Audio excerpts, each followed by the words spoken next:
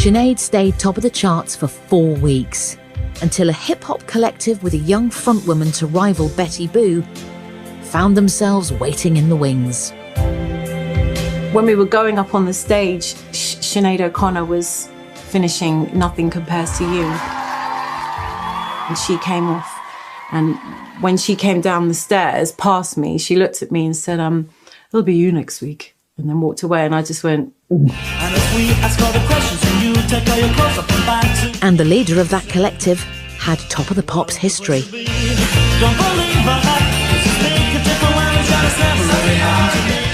The House Minds had just split up, and after achieving my lifelong dream of pop music, I was thinking, oh my God, that's it. Well, it was lovely while it lasted, but it's over now.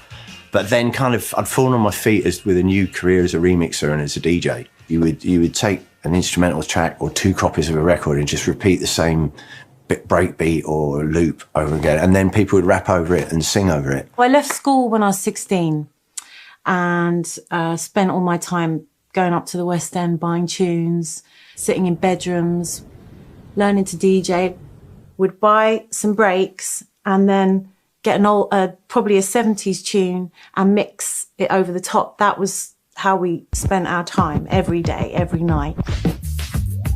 So I bought an EP called Invasion of the Estate Agents. And it turns out it was this guy called Norman Cook. I'd had a single out before as Norman Cook featuring Lester, I think, or featuring Billy Bragg, and it was the B-side of that. It was almost like he'd made it for a vocal, because it was just the rolling bass line. He had the harmonica sample going in there. As I remember, Lindy sent me a letter, not through the post, but through someone in the business. Had a little play with this EP and said, I can just sing something over the top if you like. He said, I really like your music and I'd really like to work with you. Yeah, and at which point he said, I'm not making tunes anymore because I just got married, I'm not allowed. But I was kind of just going through my first divorce around then, so there might have been reasons why I shouldn't be working with a beautiful 17-year-old. And he invited me down to Brighton. It was like meeting my brother. We just clicked straight away. I kind of fell a little bit in love with her when I met her. I went to Norman with the instrumental and said, how about Just Be Good to Me, SOS Band? Yeah, do it. Give it a go. I was like, that sounds like a hit. Friends, tell me I am crazy. I wasn't editing.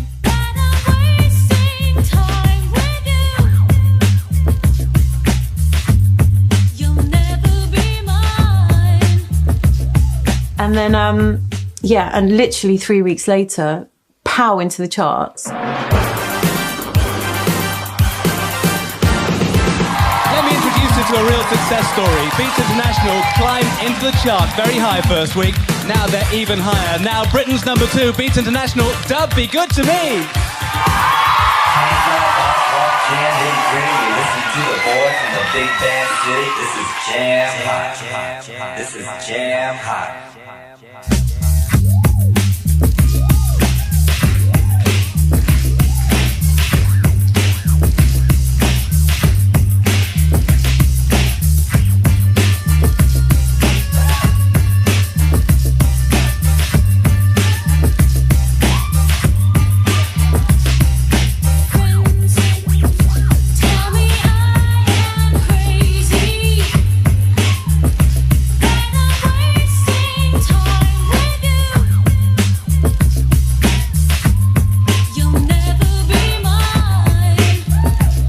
Top of the Pops performances can go many ways, and I think overall what you want to do is try and look cool rather than overexcited, and don't look like you're trying too hard. He really was always trying to be Mr. Cool.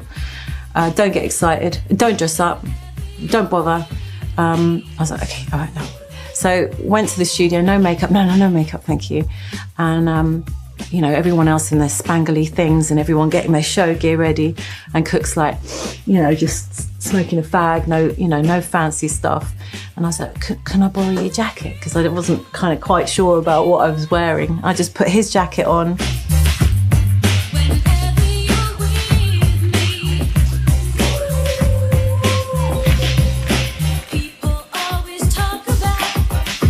I think that's why Top of the Pops was and is so important, was because it was a kind of barometer of exactly where you are at that moment.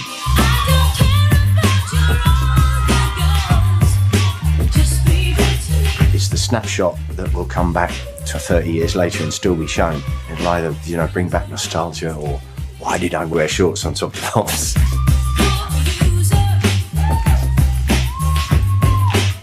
I was kind of like, there was Cookie, and I'm just kind of like following behind and just doing whatever he says.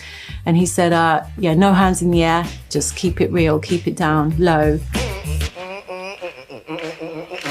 Well, there were two schools of nightlife, the rap side of things, where you kept your hands in your pockets, or there was the frantic, hands in the air rave, just bonkers all out. And we were very much, Norman wanted us to be very much hands in your pockets. I probably might have been a little bit fatherly, having been on Top of the Pops a few times before, and it was her first one. Obviously, we were all very excited and she would have been hyper excited.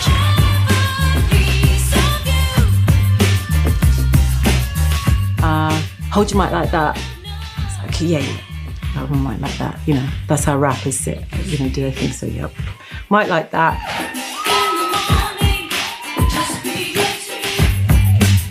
Can't understand why I would have told her to hold the mic upside down, apart from it might help if you look like that. It's a bit like footballers talking like that. No one can actually really see how well you're miming. Miming? Noticeable? Nah.